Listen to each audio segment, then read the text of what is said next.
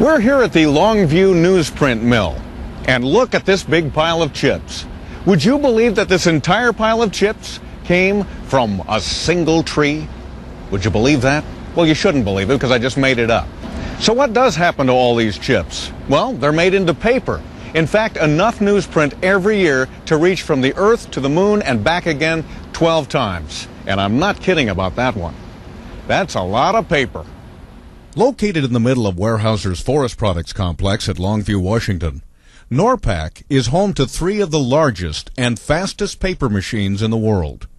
The process starts when wood chips, the first of 2 main ingredients, are unloaded from rail cars at the rollover pit. About half of these chips are leftovers from sawmills. The chips will be converted to pulp through a process called thermomechanical pulping.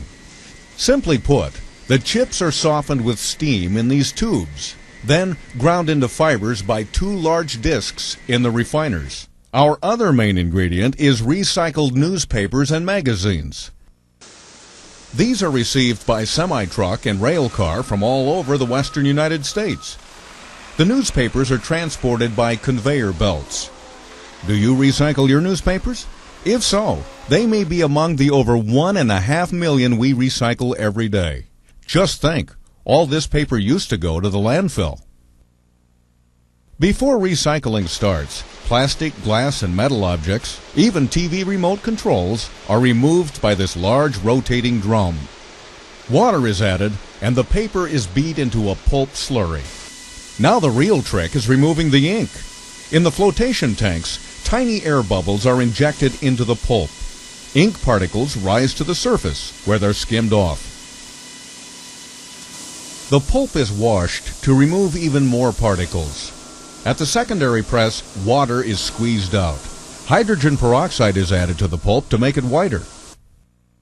Now we're ready to make paper. Like a master chef, the operator uses a sophisticated computer system to coordinate the flow and mixture of materials that go into the paper-making machine.